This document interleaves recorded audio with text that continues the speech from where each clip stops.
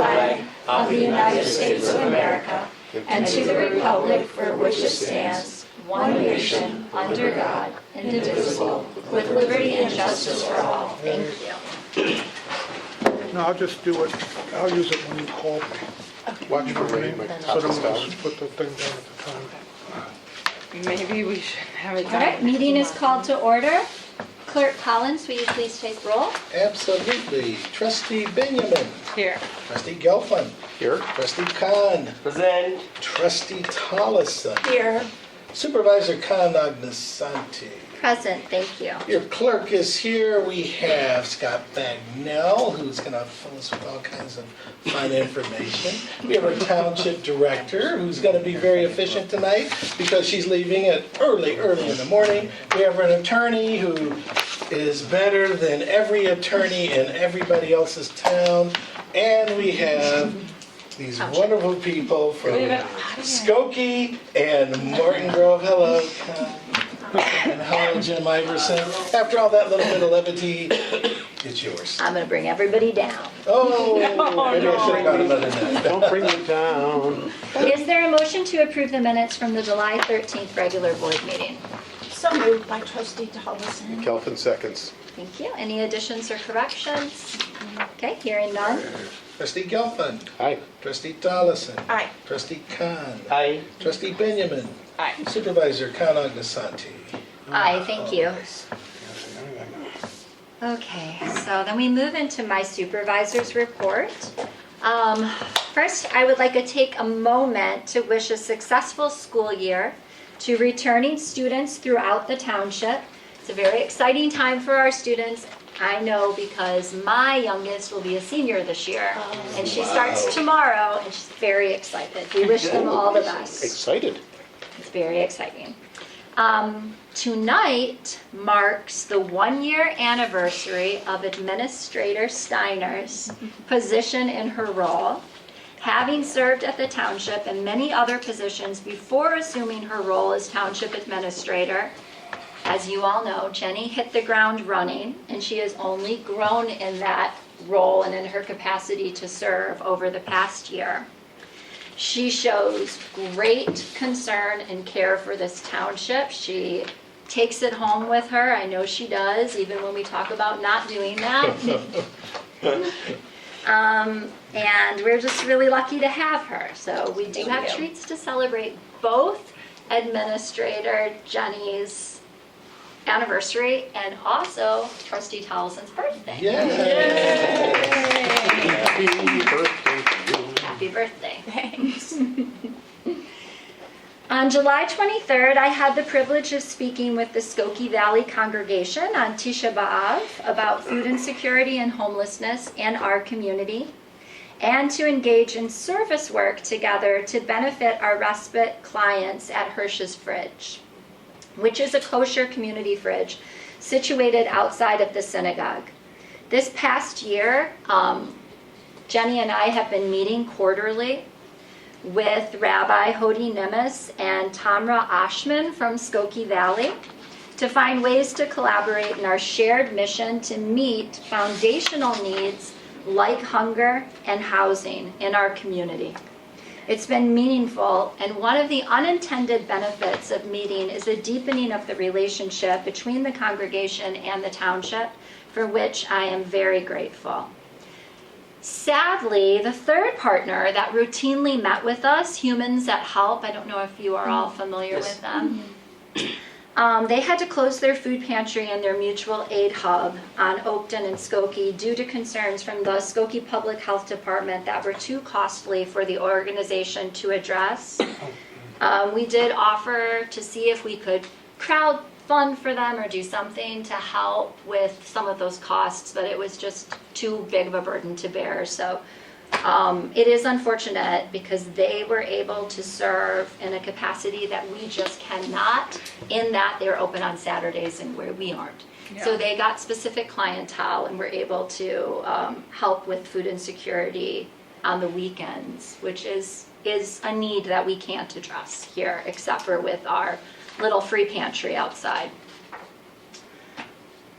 However, Hirsch's Fridge is also addressing those needs on the weekends and 24 hours. And they report that they can't keep it stocked. If they put food out there in the morning, it is gone in 2 hours. So we'll get to that growing need when we get to Tony's report, but it's staggering. Last week, I participated in the Courageous Conversations Confronting Anti-Semitism training that was hosted by the Village of Skokie Human Relations Commission. It was profound to hear directly from our neighbors who shared their stories of disconnection and fear in the wake of rising anti-Semitism, and heartening to know that non-Jewish neighbors showed up to learn how to recognize and interrupt Jewish hate and any hate when they are confronted with it in real-life situations. I would like to publicly acknowledge Skokie's staff liaison to the commission, Amanda Sabry, and Skokie Human Rights Relation Commission President Maria Bueno, and of course Mayor Tennis for their work in organizing the training. And then Ross, I have a question before we move on. So I'm going to table 2 of these proclamations that are on the agenda. Should I do that now or read the other 2 first? Whichever. It doesn't matter. Okay, well, I'll get rid of those 2 first. I would like to move to table agenda items C and D from the supervisor's report until a future meeting when representatives from the organizations are able to attend the meeting to accept their recognitions. You're good. Is there a second? Second. Okay, so let's give it to Trustee Benjamin. Any discussion? Third and fourth. Hearing none? Trustee Benjamin. Aye. Trustee Gelfand. Aye. Trustee Khan. Aye. Trustee Tollison. Aye. Supervisor Khan Agnesante. Aye, thank you. Ayes tabled. Thank you. I would like to invite a trustee to read Proclamation A, the Suicide Prevention Proclamation. I can do it. Is it in our packet? Oh, do you not have it? It's, Oh, it's in your. Yeah, it's not in Yeah. her packet. Okay, It's my in bad. it. I was looking forward to. It's not usually in the packet. Trustee Benjamin, No, please. this is much shorter. Yeah, that's right. Recognizing Suicide Prevention Awareness Month. Whereas September is Suicide Prevention Awareness Month, a time to raise awareness, share resources, and reduce the stigma around mental health struggles that affect people of all ages, backgrounds, and experiences. And whereas suicide is preventable and community connection, access to care, and compassionate outreach are key to saving lives. And whereas Niles Township plays a critical role in responding to residents in crisis, offering emergency assistance, mental health referrals, and wraparound services that support individuals and families in their most vulnerable moments. And whereas we honor those we've lost to suicide, uplift the voices of survivors, and commit to building a community where no one has to suffer in silence. And whereas by observing Suicide Prevention Awareness Month, we shine a light on hope, healing, and the power of a supportive community. Now, therefore, the entire Niles Township Board does hereby proclaim September 2026 as Suicide Prevention Awareness Month in Niles Township, and calls all residents to help break the silence, offer support, and share resources that save lives. Passed this 10th day of August 2026, Supervisor Bonnie Khan Agnesante, Niles Township. I'd like to invite Trustee Tollison to read the Hunger Action Proclamation. Thank you, Madam Supervisor.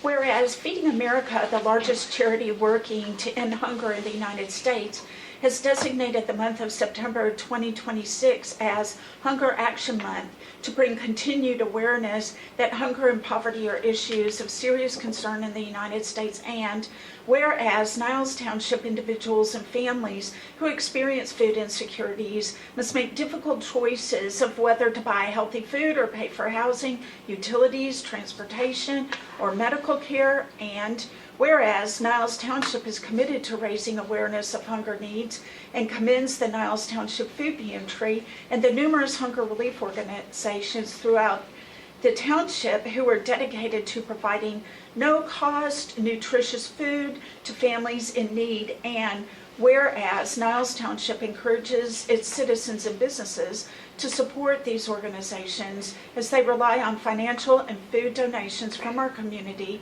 And whereas food banks and food closets across the country will host events and activities throughout the month of September to bring awareness and attention to the issue of hunger and encourage the involvement of our community to help solve hunger.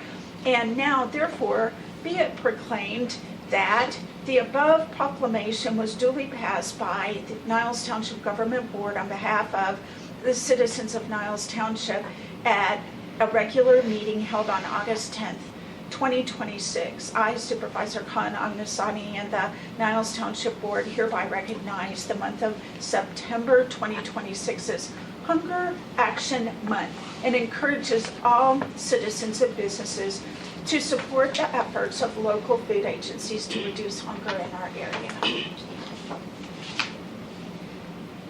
Okay, now we can, before we move on to our reports from elected officials, I also would like to just take a moment to recognize that we received this letter from Morton Grove. You all have it in front of you, thanking the township for our $10,000 contribution towards Morton Grove Days and all of the wonderful things that Morton Grove does to celebrate the 4th of July and this nation's independence. It was really meaningful and wonderful to be there on the stage with all of you.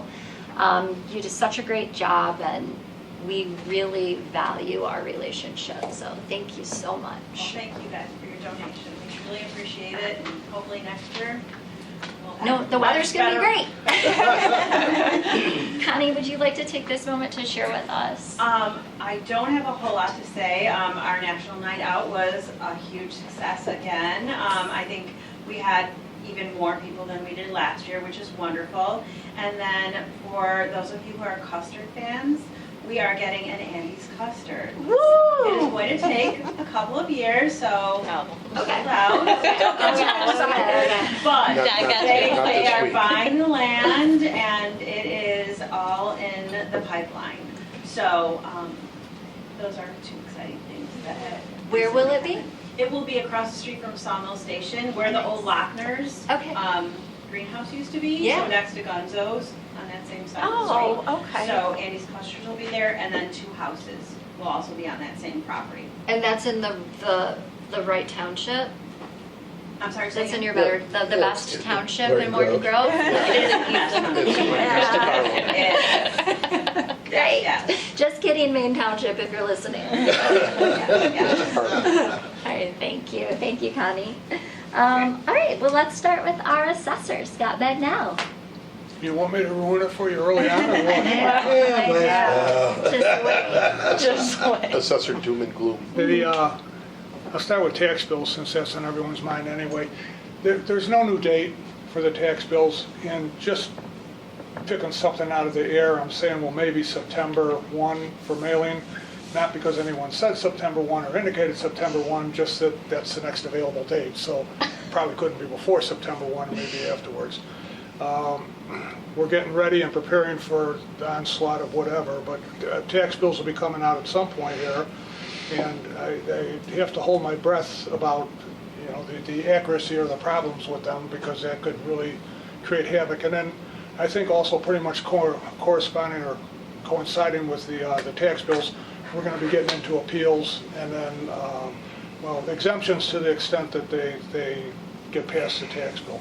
You know, with the we're trying to catch up on some of the things too. We're a little slow right now. We're not totally under the gun, but we try to watch other factors of the economy. It's easy to deal with tax bills. I mean, or property tax, people can look out and they know what it is and they know what the neighbors is and everything else, but they have all these other things that impact the economy for them that they may not be able to put a finger on. You know, there's still problems downtown. Like I said, the problems downtown will come back to get us. And we watch, you know, things like consumer confidence survey, and mysteries come up where you know, you might have heard last week they were predicting 88,000 job gain, and it was a $23,000 loss, but the unemployment rate stayed the same. So that gets a little confusing as to how they count things. We watch the markets as best we can. We don't have much trouble in Skokie or in Niles Township, but we, you know, are surrounding areas, and mostly downtown again. They, Streeterville, there was a hotel deal that fell apart. Most of these things are getting bought out of bankruptcy for, just pennies on the dollar. So they have 350 North Orleans, $378 million lawsuit. The offers to buy it out of bankruptcy are 90 to 100 million. So now they're talking about huge discounts, not just 50%. 500 West Monroe, $270 million loan in foreclosure, $100 million for purchase price. So that's way below 50%. 131 South Dearborn, 137 million purchase, which is 76% below the market. And then these other ones, 161 Clark, 111 Jackson, 175 Jackson, all being sold at steep discounts. I think every once in a while we see one sold kind of legit, but it's a huge problem. Here we have, they're talking about 6 area malls, not 6 that are right here, one's in Joliet, but we have 2 of them. We have Gulf Mill, which is going to be more in Main Township side of things, but nevertheless, they're right next door to us. And then, of course, we have Lincolnwood Town Center. And they say these are headed for the death loop, which is the value and the occupancies are so poor that they can't possibly dig themselves out of it. You just have to bankrupt it, give it away, tear it down, and do something else with it. One more thing, there's a Naperville office building at a half of the 2015 purchase price. And, that's suburbs, even though I think that's getting into DuPage County, it's still a suburb where you expect to see things be a little bit stronger. And remember, any discount on commercial comes over to us on residential. And commercial pays 3 times value, 3 times whatever their assessed value is, we pay 1 time. So the loss of a commercial is worth the loss of 3 houses, basically. I used to always look to find a party so I could have something to report on, but not exactly a party. Well, no, I mean, not exactly a party, I don't think, but I went to the Skokie version of the National Night Out, and that was a good deal for everybody. So that's all I have for right now. Okay, thank you. Clerk Collins? Not anything major to report, except major in the lives of somebody. Dovetailing on what Peggy read and what we do here, I just want to report again on the student from Niles West who will be going to Niles West again. Thanks, McKinney Vento. The family got an apartment. The family's in the apartment. People have taken furniture and things, and she has sent me notes saying, thank you, please do no more for me. You've done enough for me. So I've kind of tried to turn her over to other angels out there, but we live in a community of angels, and people, when they focus on that one, we can get it done. And somebody said, man, there's like hundreds of people. I go, well, if you can take care of one, that's a template to take care of more. So that one worked thanks to everybody who was involved, who was concerned, and that's coming from the mom and the daughter, and they're so happy to be going back to school. I'm so glad to hear that. That's it. Everything else is everything else. So. It's really good news. And thank you to you for being such a strong advocate and not letting this particular case fall through the cracks, because there are a lot of cracks. There's a lot of cracks. So Tell you the truth, this one Thank was you. the toughest one was tough. I've ever had, and I'm kind of burnt out right now from it. But not completely burned. We will light again and take care of whoever else needs to be taken care of. Thank you for Sir, that. Of course. Thank you. All right, Trustee Tollison. Thank you, Madam Supervisor. I'll just go over it really quickly. I'm going to dovetail off what you just said. There's been Andy Shaw, former ABC News and now Better Government Association, wrote another opinion piece in the Tribune about consolidating government. And so I wrote a letter, of course. My last letter about township did get published. We'll see if this one gets published. But I said, we are the last safety net. After every other safety net got a big hole in it and people fell, we will catch you. And I would like to, I know this sounds way out, but I would kind of like to invite Andy Shaw here one time. Sure. And say, this is what we do. Do it. Right, and say, this is, maybe not all townships are just like us, but a lot's going on here. For this much money, for me, $29 on my tax bill, $29. Look at the service that we squeeze out of that $29. So with your permission, I will ask Andy Shaw. Please do. Okay. Hey, if I can So- just toss this, I've been hearing Andy Shaw and BGA since we started, and that we're supposed to be afraid, and, oh, they're gonna come here.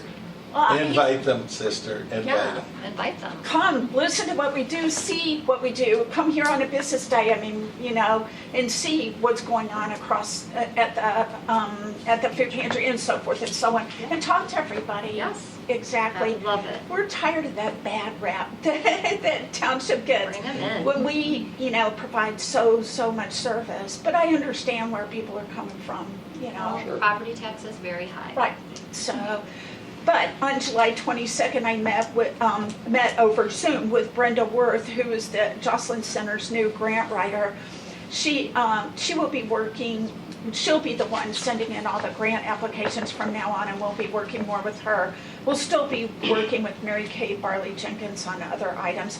But when we were talking, Mary Kay was also on the call. They told me about Marine Township, and here I go, my favorite subject. There you go. And so Marine Township, which is Highland Park, Highwood, part of Lake Forest and Deerfield, they very successfully got a referendum through with 72% of the vote. For a 708 board? Right. And so, again, I would like to pursue that at some point. And if we decided affirmatively, as a board decided that it would be a good idea to do it, I would like to see it happen on the next municipal elections, not coming up in November. Yeah, No. so Too late. Ross will tell us that we're gonna it'll take longer than that. Longer than that. Because there's no township election. Oh, darn, so 2020, wow, 8. Yeah, Okay. 2028. Okay, well, but we can work on it. Yeah. March Okay. of 2028. Thank you. I thought it could go on any municipal, okay, thanks. Well, if the village wanted to do it, trustee So I will say, Iverson. I did have a conversation about this, I don't know if you remember, with the Skokie Health Department Yeah. chair or director, Right. Mike Charlie, Yeah, in our last term, and they were hoping we would do it. right, So, I did know that, they would prefer not to do it. Yeah, at that time, but things may have changed. Right. Have you ever seen a joint township village Through an 708 board? intergovernmental agreement? Sure, but we've mainly seen township or countywide. Got Because it. the scope is broad, right? Like a village, you would be stuck at the village level. Right, so like if we had an Yeah. IGA with Skokie, which does have a public health department very uniquely, They could get There's so funding. it would be stuck to just within Skokie, although the township is wider? Well, Well, a county's wider than a township. If Skokie had a mental health board, like a mental health district, Yeah, then I guess we could IGA with them, but why would they be providing funds for non-Skokie residents? right, Yeah. that makes sense, okay. Thank you. Well, let's keep exploring it, Yeah. because I think it is worthy of exploration, Yeah. and we have time, which is We good do news. have time. It's so unfortunate that our service providers, they've run out of time on their funding, which is really too bad. As we saw with the Oh, living room. oh boy. So, on July 24th, I served beer at Lincolnwood Fest. And it was actually a lot of fun. We had a good system going. Melissa Ponce, who's a really active community member and also a fellow Rotarian, and because she could hear what they were ordering, she would get the order, then I'd go get it because I couldn't hear what they were ordering. But I think we did okay. I don't know about the tips. I'm sure you're going to report. On July 27th, I substituted for Trustee Gelfin on the Village of Niles Business and Economic Development Board. And it was the tip updates for all their various tips. And how did you like it? A lot of So fun? interestingly, I had just heard the exact same presentation at Rotary 2 weeks before that. So, yeah, so, Well, I could have gone to the Rotary meeting instead. right, so, but it Become a was, Rotarian. I tell you what, they love their tips over there in Niles, let me tell They you. do. And they did update us, there's nothing going on, which you know, nothing going on with Golf Mill, nothing. And they added a chunk of Caldwell onto the Grosse Pointe TIF. The Grosse Pointe TIF consists of Lehigh and Toohey Avenue, where Leaning Tower is. Oh, yeah. That's all part of that. Yeah. But there's a new business going in there that they added into the TIF, so, yeah. Near The- Costco. Right. Well, it's at Caldwell and Grosse Pointe Road. You know Yeah, what I'm that part, talking yeah. about? Yeah. Okay, and then that's the main tip that they were talking about actually, and then they didn't really, there's no changes to any of the other. They have a lot of really large TIF districts, obviously, so, yeah. And on August 4th, I assisted Trustee Gelfin cooking hot dogs, so. Busy, busy. It was busy, and it was a really nice event as always. The Lincolnwood National Night Out. I was grateful not to be in Skokie because those kids are mean. If you don't have the Hey. cookies that they like, no, if they don't have the cookies that you like, They just know what they want. they do not like Knott's Berry Farm's strawberry shortcake. No, they do not. I don't- My kids fit into this category she's describing. Maybe when they don't get the right cookies. Yeah. They're from Skokie. Maybe she's got a point. But good news are good for you. But Assessor Bagnall, did you have a table there? No. Oh, you just He went. went to eat a hot dog. Oh, Watch to eat everybody a hot else. dog, okay. All right, Trustee Galpin, That's you're me. on. All right, well, quick recap. Lincolnwood Fest was a lot of fun. And in fact, I'll be going to tomorrow night's village board meeting in Lincolnwood to acknowledge all the hard work that is done. It really, the fest is it's a wonderful time. I don't know, maybe we had better connections, but our weather was really, really good the whole time. Not a drop of rain, I don't know. Morton Grove needs to maybe check in with Lincolnwood on that one. Someone's connected. But anyway, it was, it was four good days of music, fun. I was able to hold up and do my voice work and all my announcements, which was, it's always a pleasure. And I want to thank Trustee Tollison for being part of the crew that did show up on Thursday night. Friday night, I'm sorry. Yeah, we had Friday and Sunday. I don't have any tip amounts yet. That's probably gonna- And you want to thank someone for Sunday. Yes. Yeah. Yes. We'll get there.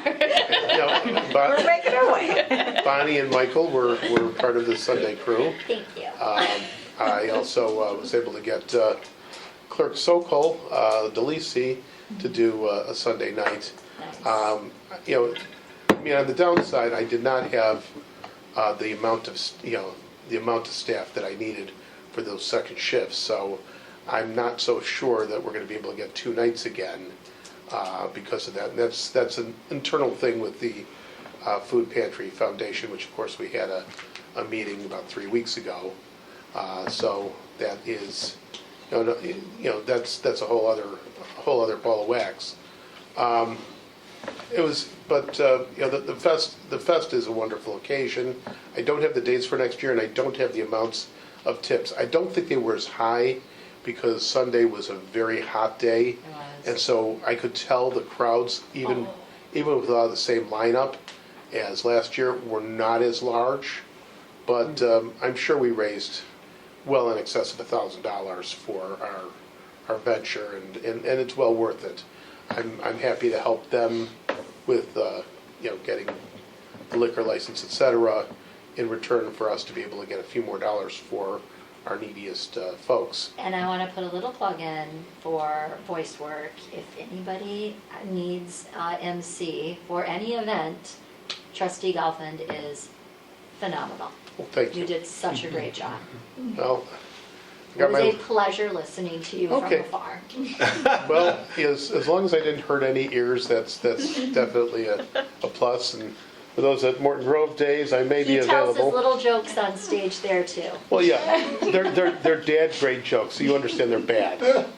I've got a few of them. Stay afterwards and I'll tell them.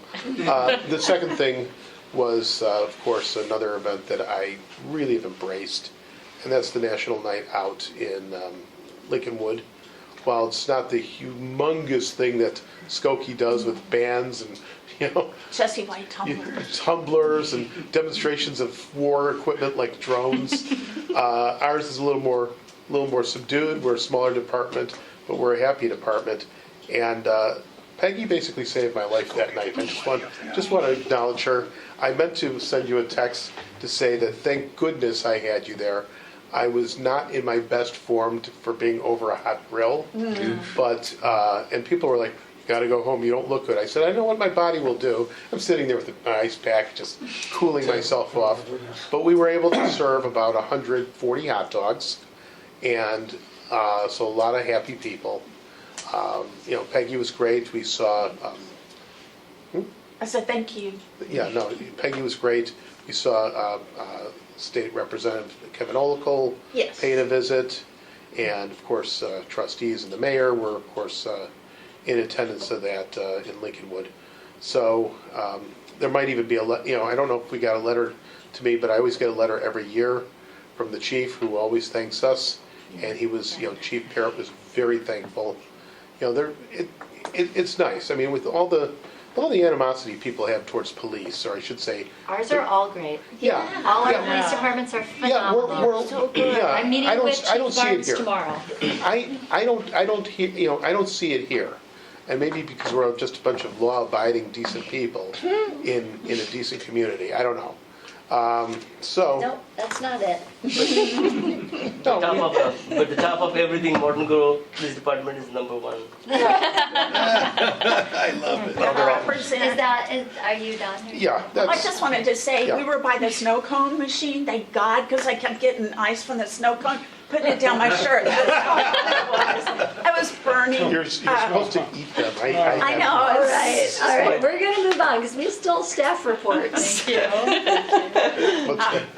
So I just wanted to say publicly thank you for stepping in. We had a lot of community events, and lots going on personally, so I appreciate my board stepping in and kind of helping out this month. So big thank you to everybody on the board. A few things I was able to accomplish. So Akin for Action is partnering with the food pantry. As you guys remember, they came to the fun run. We decorated those bags, and now they want to come fill them. They're actually going to rent the room, right? Yeah, This the room. community. Oh, this room. Yeah. Oh, okay, this room.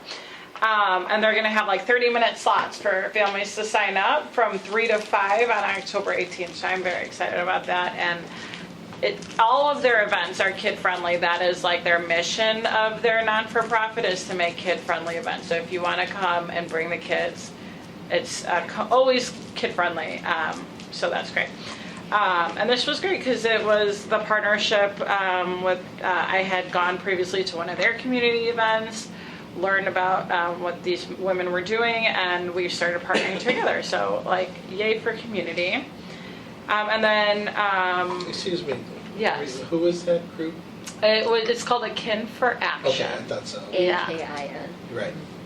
Thank you. Yes, thank you. And then on July 22nd, we were the beneficiaries of like a give back day at Marsarges Community Church.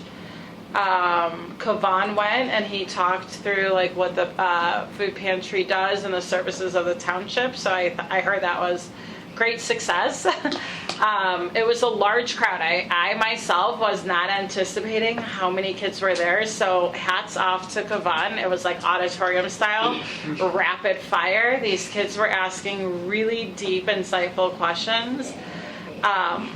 Like one of them asked,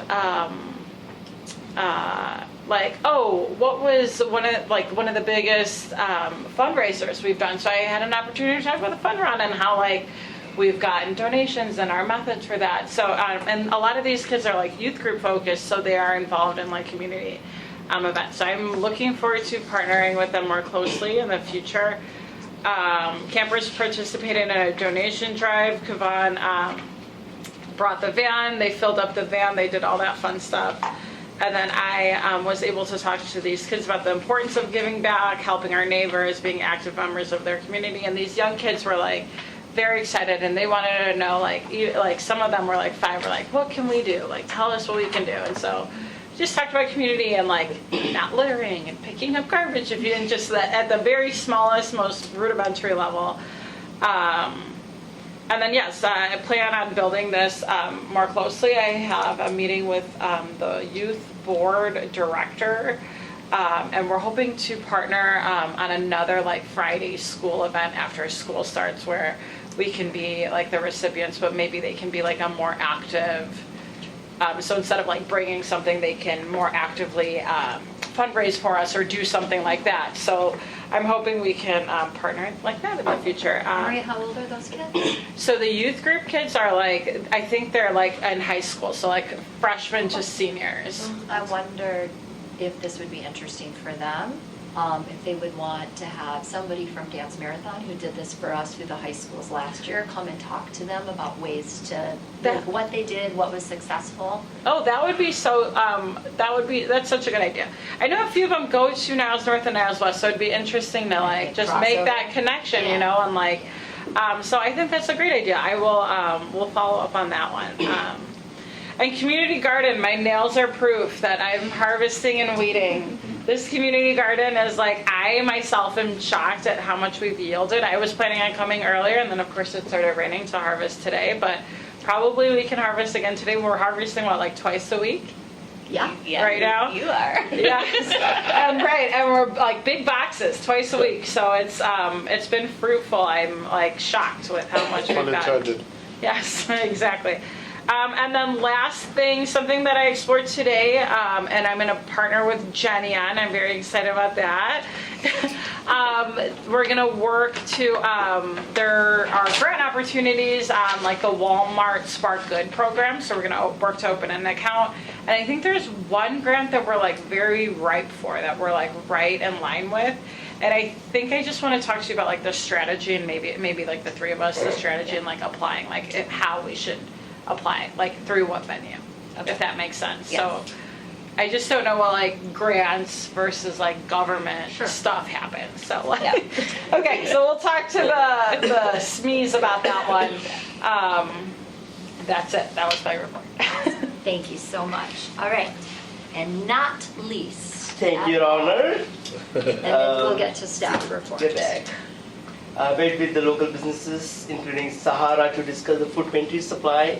They forgot last month, and he said definitely this month he'll be supplying all those 100 bags, rices and sugars, and a whole skid will be coming in. Good. Also discussed with them to encourage them to provide the free backpack for the distribution under Niles Township, and they're considering. Okay. So we'll have the free backpack to supply to the food pantries. Okay, and actually, we wanted to add to the respite center report that they're looking for backpacks over there too, so that might be useful. Okay. I also collaborated with the Civic Engagement Committee to organize voters registration drive, which is scheduled for the mid-September. Village update. Okay. IDOT announced 2.8 million resurfacing project on Waukegan Road, Illinois Route 43 from Hanley Street in Glenview to Emerson Street in Morton Grove. The project includes ADA compliant sidewalk, ramp, and accessible pedestrian signals, and is expected to be completed in November.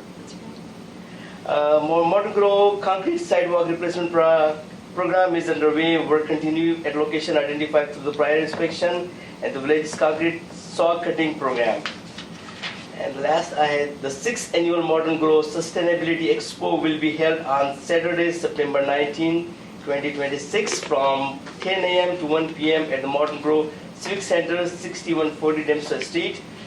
The Community Relation Commission is accepting nomination for its Outstanding Neighbor Recognizing Program Resident may nominate neighbor who effort to help improve their community by visiting Outstanding Neighbor page on Village of Morton Grove website. And that concludes my report, Your Honor. Thank you, Trustee Khan. All right, under staff reports, I'm not going to go in order because I know there's particular interest out there in our audience members for news from the food pantry, and we did get, it's a really startling report, I think. So I'd like to look at it all with you. It's in your packets. If you haven't looked at it yet, it looks like this. Those June numbers were huge. They were really, really big, and we talked about that in June, and I really didn't know how much more they were going to keep growing, but we've seen pretty consistent growth since February. So July, well, let's just say in June we served 7,874 individuals. Oh my goodness. Now, individuals can mean twice a month because we allow people to come to the food pantry twice a month. Not everybody utilizes the twice a month, so I did ask Tony to send me specifically what the individual count was, like one person who might come twice. So I'll have that and I will give it out to everybody tomorrow when I get it. But those were encounters, in other words, but Yeah, that's way yes. above normal. This is way above normal, and if you look at July, we are now up to 8,218 individuals. And what, I wish I would have written I just don't like to look at my phone, but Ross, can I look at my phone to get this number, just really quickly? Okay. So Tony did send it to me, and I want to make sure that I share it with you, and this was like all within the last hour. Sorry. Thank you for waiting.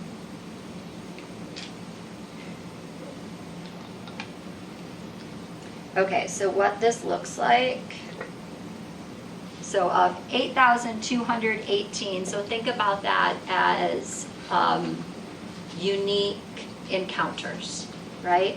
The individual count there served is still 4,792.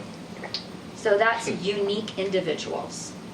That's a very high number, and that represents 1,713 unique households. Some of those households in the maybe came to number that you'll see on your report is 2,782. But the unique number, again, I just want to say it again, is 1,713. And then we get the breakdown by village of our 6 villages, and 79.93% of those folks come from Skokie. So those are Skokie residents by and large.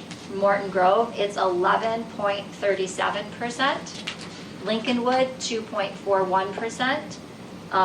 Glenview, 15%. Niles, 0.15. Yeah, thank you. Thank you. That's only a little sliver. We only have a little sliver of Glenview, so that makes a lot of sense. And then Niles is 5.99% or almost 6%. They're probably under. Don't have any. So those numbers keep on rising, and I reached out to some of our legislators to talk about it because I thought it would be important for them to know what's going on. I kind of give them this report every month. I also sent the report to Mayor Tennis and to Skokie Health Department Director Mike Charlie, as well as some of the trustees, including Trustee Iverson, who was so startled that he came here to hear more about it, which I commend you. Thank you for your heart of service always. So I'm looking forward to having that conversation more with our Skokie Health Department Director, because I know that a shared mission there is food security and making sure, if people don't have enough food, they don't have enough of a lot of things. Food security and housing security and good health, they all go hand in hand. And when one thing is pulled away, we know that puts tension on the others. So I'm really glad that I'm meeting with Police Chief Jesse Barnes tomorrow so we can discuss this too. And again, think about that big fabric where you're pulling and tugging on one loose thread, and it is going to touch safety. It is going to touch public health. It's going to touch education. Like, all of these things are moving. They're part of one body. And when people aren't getting fed, it can create a real catastrophe. One of the things that I received after reaching out to the legislators, and you all have these numbers that probably make no sense. I just got this in the half hour before our meeting, and I'll send it to Mike Charlie, and I'll send it to our other partners so that they can see this too. These are the numbers of people who lost their SNAP benefits since October.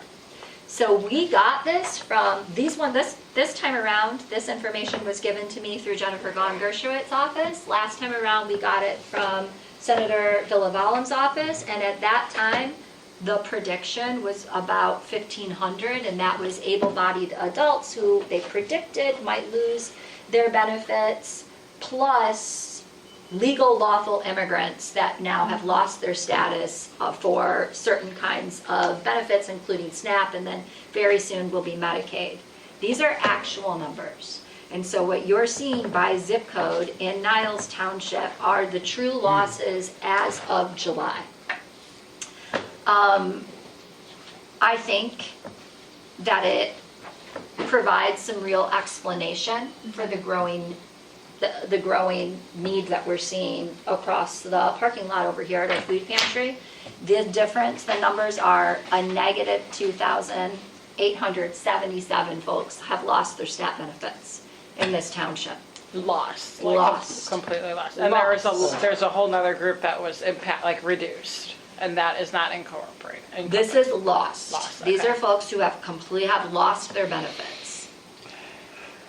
Some of them may be those able-bodied adults who can reapply if they meet new qualifications, which is 80 hours of work or 80 hours of volunteering.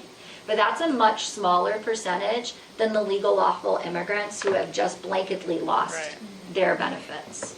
And so, I'm so grateful to be a member of this board and this caring, beautiful community that has stepped up so we can serve. And I am so grateful that we are a subsidiary of the Greater Chicago Food Depository, because again, if you look at this report, you're going to see that the majority of the food that we're getting to meet this crisis comes for free from them. Mm-hmm. That said, we've spent over $104,000 year to date on meat. And that's kind of the only food that we are buying, because the rest of the food we get from the Greater Chicago Food Depository. If that changes, which it could, we will be in a very different moment. Yeah. But right now, we'll just be grateful. Please, please, please continue to ask people who are concerned, and a lot of people are concerned, to become monthly sustaining donors. That's what's going to get us through. And let people know who may not know that our doors are open and we are here to serve them and to help. Do you have any questions for me about this report? Yeah. About 2 hours ago, I got a phone call from somebody who's lost SNAP and other things, sucking in their pride to ask me if I can find an angel for them, to give them some money for food. That's how tough it is when people just break down and call me asking, because they know that I have the angels who have helped. We're a community of angels. That community isn't everywhere. There are people who will die from this. Oh, yeah. Let me stop. Yeah, and I will share that story. You guys have heard me say it before, but I want to make sure everybody in the room can hear it. We have a client who is an Afghani refugee that was an interpreter at great personal risk to themselves and their family, came here, has only been here for a year, and has a 4-year-old child and a wife with stage 4 cancer. Yeah. And they lost their SNAP benefits, and she will lose her Medicaid in October, and she will probably die. And these are our neighbors. It's like these stories affect real people. These are real people. These are not just numbers. These are the people that we see at the library, that our children go to school with. It's devastating. It is devastating, and it's important that we talk about it. Yes. And it's our job to talk about it. I mean, those of us who serve on this board and were elected this board, we took an oath that I think we all take very seriously when we were elected to serve on this board. And that oath is to help lift up people who are struggling in our community, full stop, except for Scott also helps everybody with taxes. Property taxes. But that is truly what we are tasked to do from the state. That's our job. I think that we do it really well, and I'm very proud. But right now, the kind of need that we're seeing in these numbers, this is higher than we saw during the COVID pandemic. It is. And those were people who were furloughed for the first time ever in their life, who, like your friend, came here with their, humbled by a moment they did not expect to ever see looking for help. We are absolutely there again, and it is even more desperate because unlike the pandemic, we're not seeing federal help. In fact, we're seeing federal harm. So during the pandemic, we were flooded with ARPA money. The villages were flooded with ARPA money, and the schools were flooded with ARPA money. We were not, but as pass-through agencies, we were given money to help. We just don't have that now. And likewise, upstairs where our social workers greet people and help people through situations, they are seeing unprecedented amounts of people asking for financial assistance. The respite center has its own issues right now, but we're finding ways to serve there as best we can. And again, so grateful to live in a community that keeps asking for ways to help all the time. And we need the help. And we need the help. And we're better off for living somewhere where people not only can ask to receive, but also ask to give. And everybody is more dignified by that circle of care. So, Bonnie, enough you from me. intimated earlier, and I always put it in a capsule. If you can't afford food, you can't afford anything else. That's right. And we've been able to address that over the years. This is so unique, folks. There are cancer patients who aren't getting medication because they can't afford it. They're taking half of the pills to stop their pain, which doesn't stop anything. They're receiving no assistance. There are people who are starting to fall behind on their property taxes, who can't afford to pay for that. We deal with food and other little things here, but this is worse than a pandemic. People will die. People will languish.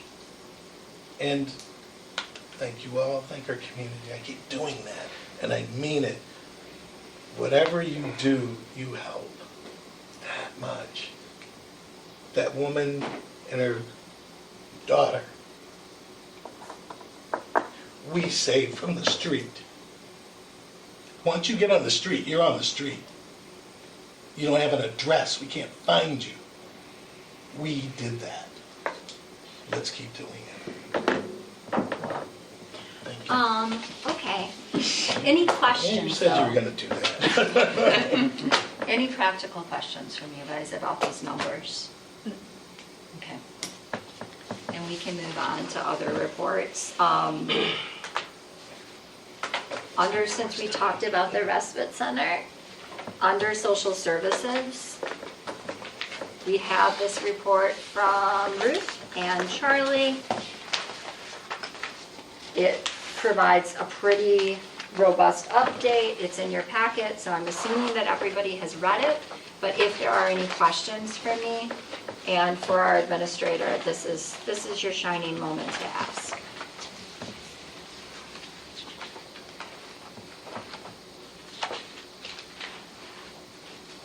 Okay, since I'm not hearing any, I'll just quickly say there's a lot that's still in flux.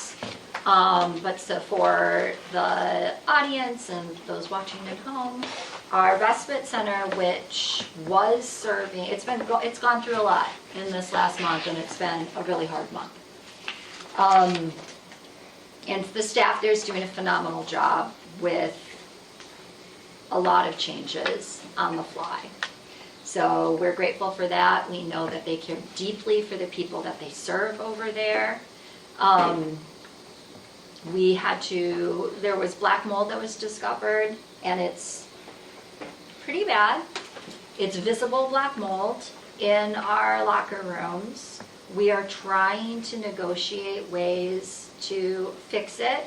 The last conversation that I had with Skokie Health Department, we were told that we needed to clean it, and I don't have a lot of context on what clean it means. So we're looking for more information about that. Right now, we can't use it. So that means that when folks are needing to go to the bathroom in the space, we've been given permission from the church to take them upstairs to use the bathroom. But that requires pretty considerable staff time because each person has to be accompanied by a staff member to go to the upstairs bathroom. That staff member needs to wait there and then bring them back down. So because of that, the numbers have been capped at 20 individuals in a day, and the shut-off time is 9 a.m. Our clients over there are starting to get used to that. It's much better than what we initially thought was going to happen, which was close entirely and ask people to pick up their belongings and try to figure out some other sort of way that we could resume serving down the road.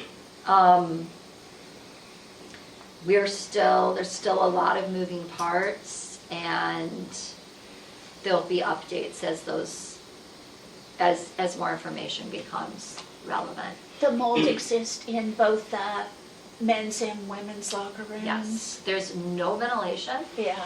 in either, and less in the women's bathroom. So at some point, the only ventilation source in those locker rooms was a window in the men's locker room, and it was cemented shut. So then there was no ventilation. And that was about 2 years ago, and not done by us. But it happened, unfortunately, it was unfortunate. And then the consequences of that was just very quick and rapid mold growth.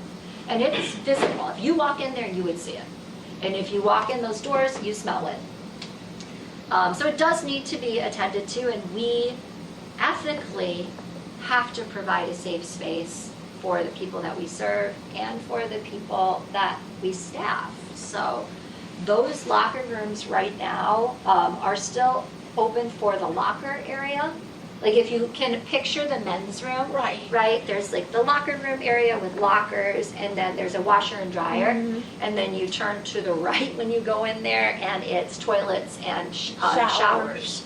So the toilet and shower space is covered with a plastic sheeting to prevent people from going in there, and then that's true of the women's locker room as well. So people can still do their laundry, and they're storing their belongings. They're working with caseworkers, which is very important, getting Ventura passes, getting a meal served, and thank you to our volunteers. Trustee Iverson is a very frequent volunteer over at the Respite Center with St. Peter's Church congregation, and we're really grateful. But are the sinks still serviceable? The sink area? In the bathrooms? Yeah. No. Oh, okay, that's No. out too. Yeah, so that's all sheeted off. Ooh. So the sinks, when people have to use the restroom for bathroom purposes, they're going upstairs, and then we have sinks that are in the kitchen. The kitchen is still operable. But yeah, yes. So we are not able to install any exhaust fan in those particular area? Can we run the duct? 6-inch duct coming from So- locker room to so- all the way? I knew our civil engineer here was going to have really good relevant questions. It's a great question, and part of the problem is that we don't own the building. So that's where we are negotiating right now. So there's three main players involved, right? There's us, tenants in this space. There is the church that owns the building, and then there's the Skokie Public Health Department that has, reasonable concerns about the way that we are serving in the space. And because we do not own that building, Okay, then that's all. Yes, Yeah. that's all I needed. yeah. But we're trying to figure it out. So I may need your expert help in the If you want coming to do the weeks assessment, I'll and be more days. than happy to do it. That'd be wonderful. Yes. Let me Yes, know. please. Yes. I will. I'll reach out through email. I was wondering if we had staffing implications. So like obviously we have reduced hours, 7 to 9. Have we let people? So the hours are still the same. Oh, okay. It's just reduced intake hours. So Got we're it. not letting, Got it. Okay. yeah, clients come after 9 to try to keep that cap at 20. That makes sense. Okay, totally get that. Yeah. So then it sounds like no implications to staff No, because we not still right have now. the same. Not Okay, as that of makes now. sense. Yeah. Okay, well that's good news. Yeah. I mean, try to find the little silver lining. Mark will tell you, because he had to catch me. I've been a mess, and I was a mess over this. I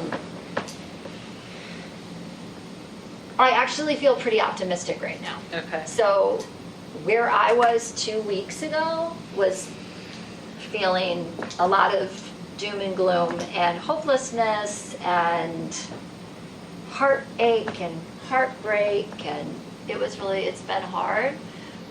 Mostly because the people that we serve in that space have nowhere else to go. I mean, these are people who deserve dignity, and we have been able to offer that, and what an absolute blessing that has been, right? Not just to them, but also, again, to us and to our greater community, because our whole community, again, is more dignified when we can meet the needs, right? I mean, what is that saying? It's like a community is judged by the way that it treats its least fortunate. And these are our least fortunate folks. And I think we have an obligation to not just them, but to our neighbors, to our businesses, to ourselves, to try and offer something beyond desperation. So we've been able to do that, and I'm really proud of it. So it's been heartbreaking, and it's been scary and sad for the people that we serve, and they have been devastated. I mean, for folks who do not get a lot of, they're not met with human dignity in almost any space that they go in.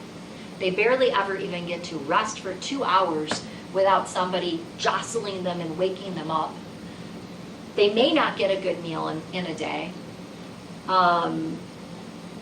They do not have a lot of spaces where they can feel trust and that are dependable.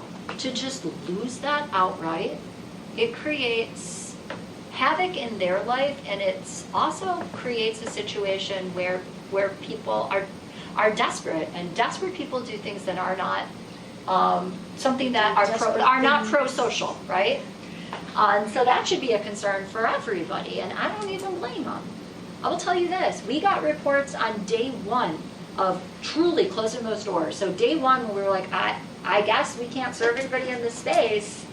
Tell people to take their, let's give them some time to take their belongings out and get a bus pass, because a bus and a train ride are your cheapest forms of shelter. Not great, but that's like the best we can offer people sometimes. There were folks who went down to Benny's, got a couple, like a 40 of beer, and they were sitting in the town hall over here and drinking, because you know what? I think that's what I would do too. Like, I don't blame them. They were just lost their one small thread of dependable care and a place where you could go without molestation, and they were feeling floored and desperate. It's not good for them. It's not good for anybody. So it is really, I think, in our collective interest to find ways to solve this situation. And we're working on it. I will absolutely contact you. Yes, ma'am. And we have some interesting solutions. Jenny and I met with our attorney half an hour before this meeting to go over some of the possibilities. And they're just too nebulous right now to really try to share, but please believe that we are working tirelessly on this, and you and the community will get updates whenever we have them to update you. Okay.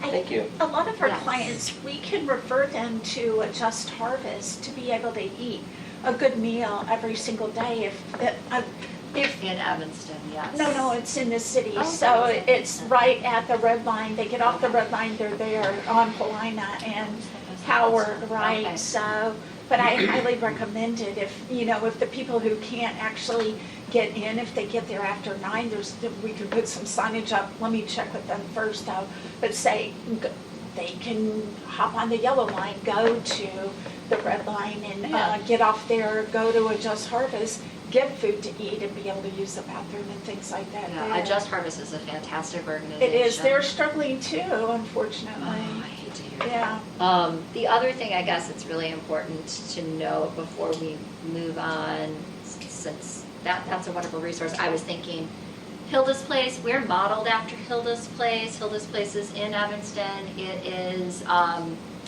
run by Connections for the Homeless. When we opened up our doors, before we opened up our doors, we toured Hilda's Place. Connections has shared all their legal with us over there, their best practices. When we have a problem, they're on the phone, we call them and talk to them. We really work in tandem, and we try, they're phenomenal.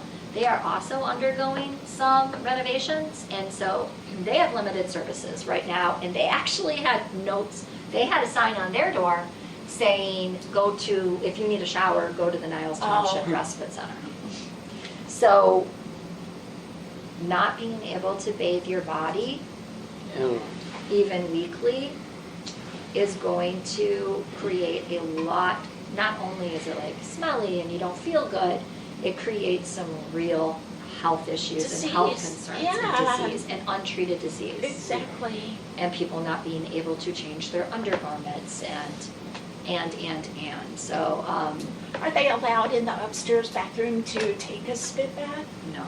No? Not right They now. I mean- can't take a washcloth with them and wash up? We can't really disallow it, but right now we don't have a lot of permission for that. Got it. So, Robert is going up to the bathroom at 2 o'clock before close, the hour before we close every day, and making sure that it is pristine and that we are being good tenants and trying, because I hope people are like brushing their teeth and trying to do something.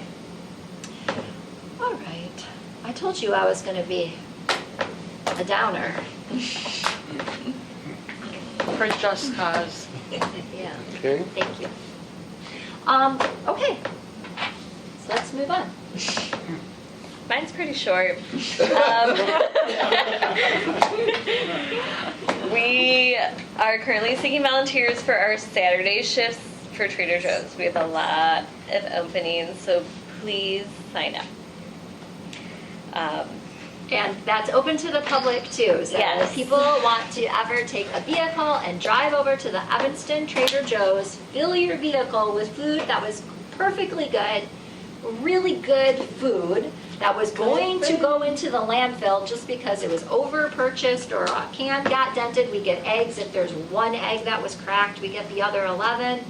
That food gets taken to our food pantry, and it really helps with increasing both quantity and quality and choice for the people that we serve. Yeah, go ahead.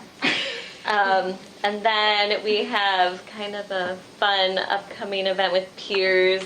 They have a Step Up for Recovery event that we are sponsoring, and they're going to send us information about forming a team, and you walk along the lakefront in Evanston for a good cause.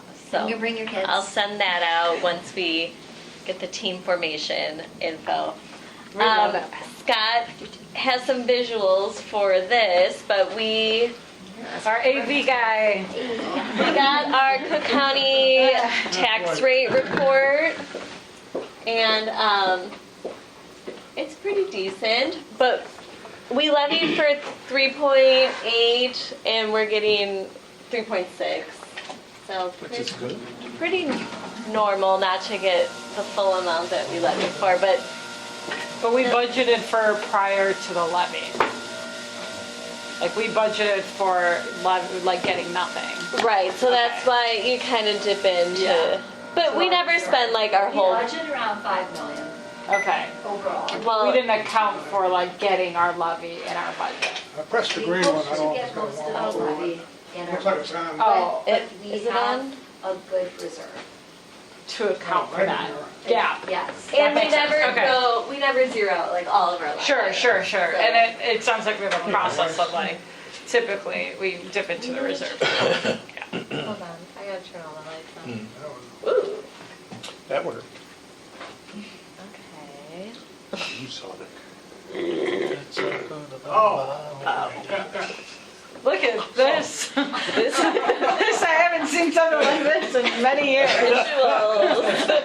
So, So there are these things called a spreadsheet. You know Scott's Scott. gonna make the magic. He's gonna make it work. we have the 2025 tax extensions and tax rate available for us, on a preview kind of a basis. The problem is we don't have it for anybody else, so it's kind of difficult. So, the question, because we have that, the question becomes, do we have a good tax rate? I don't know if we have a good tax rate or we don't have a good tax rate, so I'll give you something here and you can kind of figure it out on your own. Taxes are funny, not like ha-ha funny, but like, you gotta be kidding. Things like that. So you can't compare one to another very easily. They're different jurisdictions, they're different markets. A $300,000 house in Niles looks a lot different than $300,000 in Barrington. It looks a lot more different than $300,000 in Robbins. So it's hard to take that in. Plus, we're comparing to people that are in different cycles in terms of the tri. But nevertheless, we can come up with something kind of to give you some kind of a picture here. So one big factor is the EAV, the total EAV for the area. And this is going to come into a lot of what we're talking about now. So Palos, I just took Palos, I took Thornton, and I took Niles. All of those are 2024, and I took Niles 2025 to show you the difference.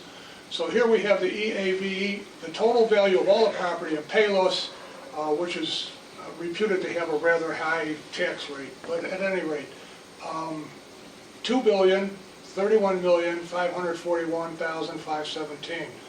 The levy, basically 1.3 million, right? The extension matches the levy. There's some tinkering that they do with it, adding factors in, presumptions in, etc. Here's the tax rate, and here's what it is for a $300,000 house in Palos using the 2024 numbers. So 6463. That's just for the corporate side, right? Only the corporate side. No road and bridges. No general assistance there. Thornton is always fun.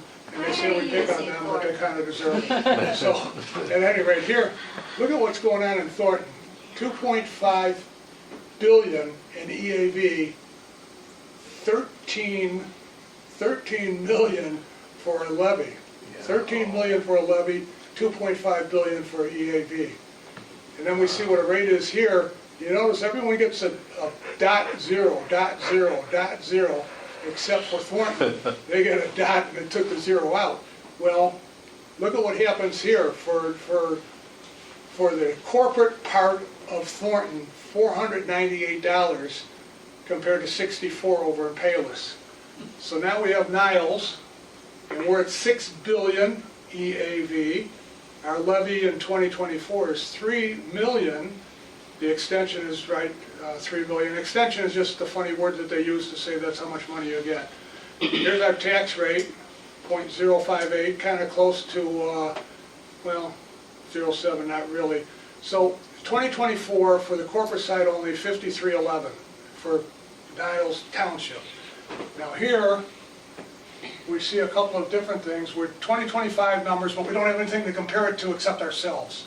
So here we are at 6.8 billion, which is quite a bit more than 6 billion here. So from 24 to 25, our value goes up. That could be due to the increased number. This is a reassessment year, 2025. So we could have gone up that much and just plain old 16%. reassessment without even worrying about anything else. The levy, remember 2024 we had 3 million, and here 2025 we have 3.5 million, so we're coming up a little bit on that. The extension, the amount of money that we're going to get or that we're allowed to bill for, that is used to calculate the tax rate for the taxpayers. So here the extension in Niles, again 3 million, just about the same as what we asked for. And here's our 2025 3.6. So now we look at the rates, kind of similar, close enough that they're in the neighborhood. So 2024 corporate only 5311 for a $300,000 house, and here in 2025 for a $300,000 house, 4819. So these are the numbers that everyone's looking for. How much of the tax bill is attributable to Niles Township. That's corporate. Then as a side note here, we're not worrying about it too much, side note here on GA. So 2024, here's the GA extension, 456,000, 2025, 472,000. So here for GA in 2024, $300,000 house, 3473. Here we go for 2025 GA, $300,000 house, 3245. Look what just happened. From 24 to 23, we'd expect to see it increase, right? We'd expect to see GA increase, and we'd also expect to see the corporate increase, but it's the opposite. That can come from added value. So as the value is added, there's more people splitting the pie, if you will. So it's actually what we expect to see, not it's not a surprise, and it's not a problem. Scott, does that mean that there's a new taxing body? What's that? Added value, are you saying there's a new taxing body that is taking a piece of the pie? What do you mean by there's more people? Yeah, so you got a restaurant bill, and 10 guys are sitting there and going to split it. Now we have 15 guys sitting there going to split it. It's the same bill, but now 15 people are splitting it instead of 10. So that means there's additional taxing bodies? No, people. Oh, bodies, like persons? Yeah. I thought you meant like an agency. No, yes. So the more taxpayers, the more tax parcels you have, the better. Or it could just be that everyone went up. Or not everyone went up, but enough went up to drive. What did I do there? To drive the value of the total EAV from 6 billion to 6.8. That's kind of a huge number, it kind of waters it down is what it does. So it's not always going to go that way. Things get jumbled at the reassessment. And, until you see your numbers, you just don't know how it's going to work out or where it's going to work out. The next reassessment could go the opposite way. So one of the prior ones a couple of years ago, we had such huge increases in commercial industrial that you would see it, flip on you. So anyhow, this is not like absolutely crystal secure. I mean, it's rough math, but it's fairly reliable. I mean, it's reliable enough that this is the rate that the clerk came up with using the information that they have, and we're just taking that rate and trying to apply it to a uniform house, so it's always a $300,000 house. But again, a $300,000 house in each of these jurisdictions is a completely different market. What else can you do with it? You can't just throw a rate out there. I mean, you got to apply it to something. And with property tax, people they think they're supposed to have the right to absolute precision. Well, that isn't it. You need stability, you need predictability, you need uniformity. That's way more important than individual value, because now investors can come in, especially in the loop, places where they're in trouble now. Investors can come in and they know that it may not be entirely accurate, but that's okay, as long as it's consistent and stable, and they know what to expect, and they can deal with it and work with it. And that's pretty much been the story of Cook County since 1930 anyway. Oh, you got Oh, some no, testimony? no. What's your hand? Can he, No. Scott, this is great for us. Yeah, you just What? bid on it. So this is, you just comparing residential property or commercial included here? It's all residential. All residential? Yeah.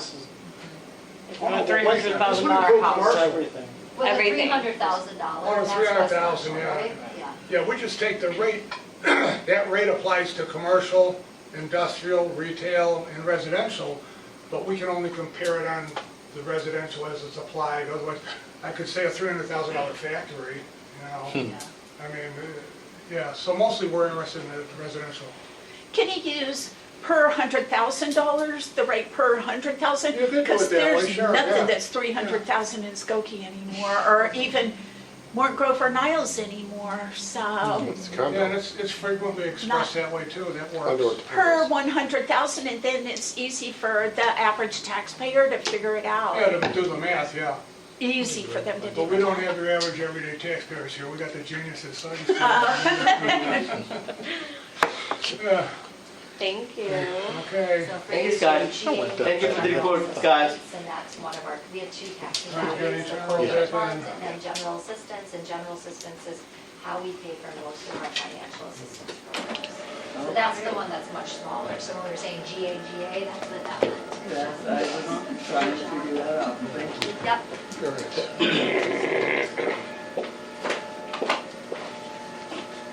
All right, now, that's good. All right, our last report would be from our township attorney, Ross Eckler, if there's anything to report.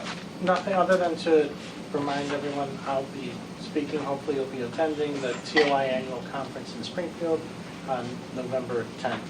There's November 11th as well. If there's I will be attending, and I think Stefania sent out registration. Yes. So today, right? You all received that, or yesterday? It was last week. Oh, she sent it Today's last Monday. week. Yeah. Oh, today is Monday. Yeah. We don't know. What is time?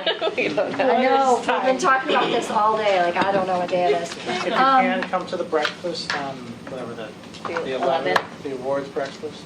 Oh. Are you getting an award? Are you getting an Oh, he might Doesn't he be. always? He should be. He should be.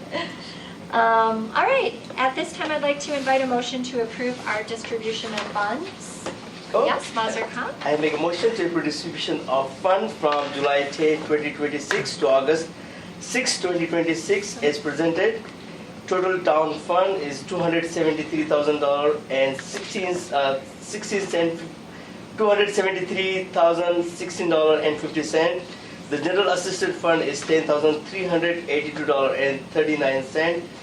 The total all fund is $283,398.89. Seconded by trustee Ben. Oh, sorry. It's okay. Trustee Benjamin, second. Seconds the That's motion. fine. Is there any discussion? Okay, hearing none. Trustee Benjamin. Aye. Trustee Tollison. Aye. Trustee Gelfand. Aye. Trustee Khan. Aye. Supervisor Khan, I'm dissenting. Aye, thank you. Motion passes. We have no unfinished business. We do have some new business. Let's see. At this time, I would like to invite a motion to enter into an agreement with King's Third Emergency Communications Contract to offer telephone services in Niles Township Government's elevator. And it- So moved by trustee Gelfand. Seconded by trustee Benjamin. Any discussion? Yeah, I just wanted to make a quick comment. I'd like to thank staff for looking into this. As one of the check signers extraordinaire, I saw that we were paying a ghastly amount to AT&T for a telephone line that has never made a call or received a call in all the years that I've been here. But obviously, for elevator safety, you need a phone in there, and this is going to save the township probably about $1,500 a year, I think. Wow. Well, I have a question about that now. So is it voice over internet protocol? I'm not, we can read the bid. I think it's Okay. probably a wireless type of system. Yeah. I think it's, wireless. It's a wireless. Yeah, which is the trend these Yeah. days. I mean, things Yeah, I like, mean, but if there's no electricity, guess what? It ain't gonna work. Right, well, also our phones in the township are like I that too, would if the presume, Wi-Fi's down. let's look over the specs, but imagine it has a battery backup. Do we have However, a landline? AT&T is going to do away with it's all gonna be VoIP anyway, so that's Right. no biggie. So But don't- what's plan B, backup battery? For the elevator? Did you see anything in the contract for Plan B? I don't recall. We have Yeah. outstanding questions and Oh, okay. modifications to Yeah. them. Yeah, but, if, I think if council approves of it, then we enter into the contract.